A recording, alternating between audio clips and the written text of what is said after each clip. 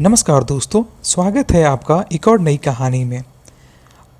अगर अभी तक आपने हमारे चैनल को सब्सक्राइब नहीं किया है तो अभी सब्सक्राइब करें ताकि आने वाली सब नई कहानियों का नोटिफिकेशन आपको मिल जाए और आप उसे तुरंत सुन पाएँ। आज जो कहानी हम आपके पास लेकर आए हैं उसका नाम है वह 5 दिन। यह कहानी पाठ दर पाठ आपके सामने हम पेश करेंगे। तो चलिए शुरू करते हैं इस कहानी का पाठ 1, जिसका नाम है अनजान तोहफा। सुबह के 9 बज गए थे। सड़कों पर गाड़ियों की लंबी लाइनें लगी हुई थी। लोग जल्दी जल्दी में अपने काम पर जा रहे थे। बच्चे स्कूल जा रहे थे। किसी को इतनी फुर्सत नहीं थी कि किसी से कोई बात कर ले। शहरों में तो यह आम सा माहौल रहता है, पर वरदान, जो इस कहानी का शीर्षक है, इस मुंबई शहर की भागदौड़ भरी जिंदगी से बिल्कुल अलग था। वह मुंबई में 4 साल से अकेला रहता था। वह एकदम मस्त और बिंदास था। सारा सामान कमरे में फैला पड़ा था।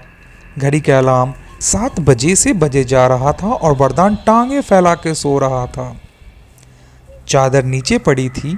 तभी उसने करवट बदली और अलार्म घड़ी में हाथ लगा। घड़ी फर्श पर धड़ाम से गिरी और वरदान एकदम उठा और आंखें मिचलता हुआ बाथरूम की तरफ भागा और ऑफिस के लिए तैयार होने लगा। वह सिर्फ 10 मिनट में तैयार होकर बाहर निकल गया। आखिर ऐसा था वरदान। वह बहुत ही मॉडर्न और खुलकर जीने वालों में से था। 3 साल से तो वह पढ़ रहा था और इसी साल एक नई जॉब लगी थी। वरदान का जो स्टाइल था उस पर लड़कियां आसानी से फिदा हो जाती, पर वरदान उन सब को कभी भाव नहीं देता। वरदान के इतना मॉडर्न होने के बावजूद वह एक बहुत नर्म दिल और अच्छा इंसान था। ऑफिस में सभी उससे बहुत खुश रहते थे। वरदान के इस बिंदास मिजाज के कारण उसके काफ़ी दोस्त भी थे। वह राह चलते किसी से भी दोस्ती कर लेता। दिन आराम से धीरे धीरे कटते जा रहे थे और फिर एक दिन वरदान का जन्मदिन आया। ऑफिस वाले दोस्तों ने बिना बताए ही उसका जन्मदिन मनाया और ढेर सारे गिफ्ट दिए। उसके दोस्त उसके पीछे पड़े थे कि वो अपने जन्मदिन की एक अच्छी सी पार्टी दे।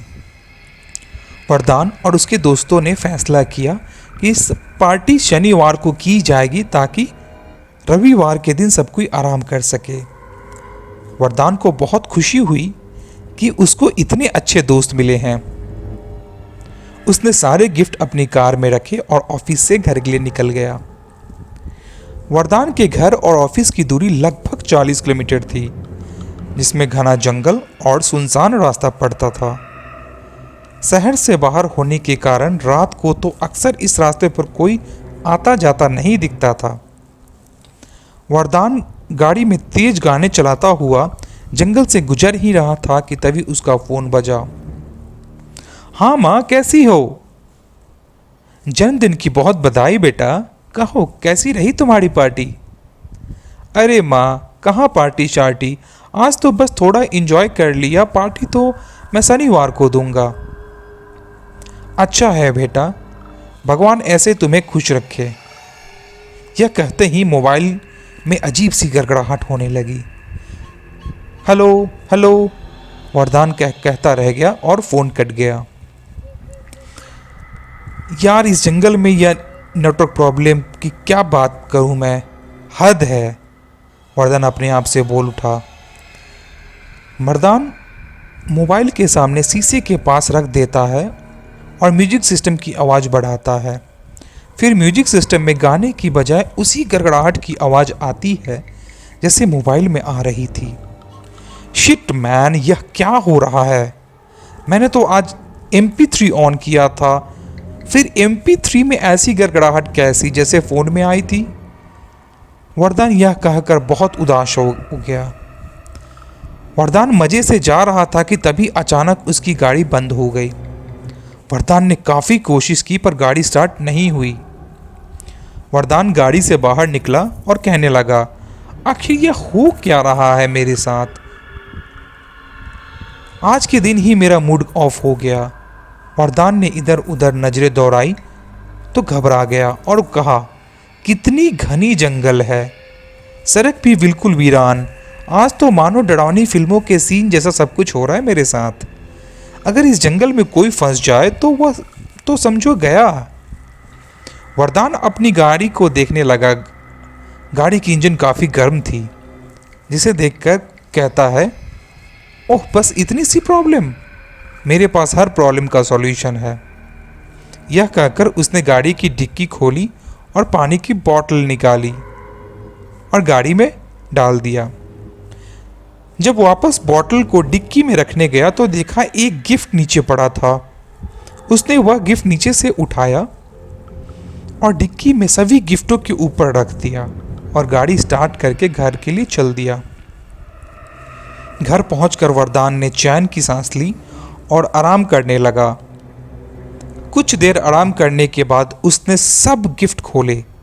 गिफ्ट देखकर वरदान बहुत खुश हुआ, क्योंकि सारे गिफ्ट उसकी ज़रूरत के मुताबिक थे। सारे गिफ्ट देखने के बाद उनमें से एक गिफ्ट ऐसा भी था जिस पर कोई नाम नहीं लिखा हुआ था। गिफ्ट को खोलकर देखा तो एक बच्चे की फ़ोटो थी, उदास और खामोश बच्चा जो लगभग 5-6 साल का था। उसकी आंखों में अजीब सी खामोशी थी, चेहरे पर अजीब सा दुख और डर था। हाँ, उस बच्चे के पीछे घना जंगल दिखाई दे रहा था। वरदान ने तस्वीर के आगे पीछे देखा, लेकिन भेजने वाले का कोई नाम पता नहीं मिली।